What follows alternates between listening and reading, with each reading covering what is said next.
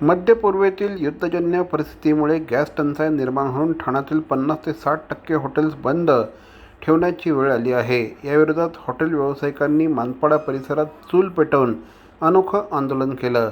व्यावसायिक गॅसच्या तुटवड्याबरोबरच काळा बाजाराचेही आरोप यावेळेस करण्यात आले आहेत। इंडक्शनचा पर्याय महाग आणि अपुरा ठरत असल्याचं व्यावसायिकांनी सांगितलं। कर्मचाऱ्यांना टिकवण्यासाठी आता हॉटेल चालकांकडून प्रयत्न सुरू आहेत असं देखील सांगण्यात आलं। बंद झालेलं आहे म्हणजे कुठेही हॉटेल आता 50 ते 60% बंद आहे आणि कुठले कुठले हॉटेल चालू ठेवलेले आहे, किचन बंद ठेवलेले आहे। सर बार लग्न सराई देखील चालू आहे, काही लोकांनी हॉल बुक केलेले आहेत, पण त्यांना कसं आपण सामोरं जातो? त्यांना आम्ही समजून सांगतात, त्यांना पण कळतात आजच्या दिवस आहे परिस्थिती काय आहे म्हणून आम्ही बोलतो तुम्ही डेट एक्सचेंज करून। बरेच लोक डेट चेंज करून घेतात, बरेच लोक कॅन्सल पण करतात। आता हे आम्ही जेवण कशासाठी बनवतो, आमचे स्टाफ जायला नको।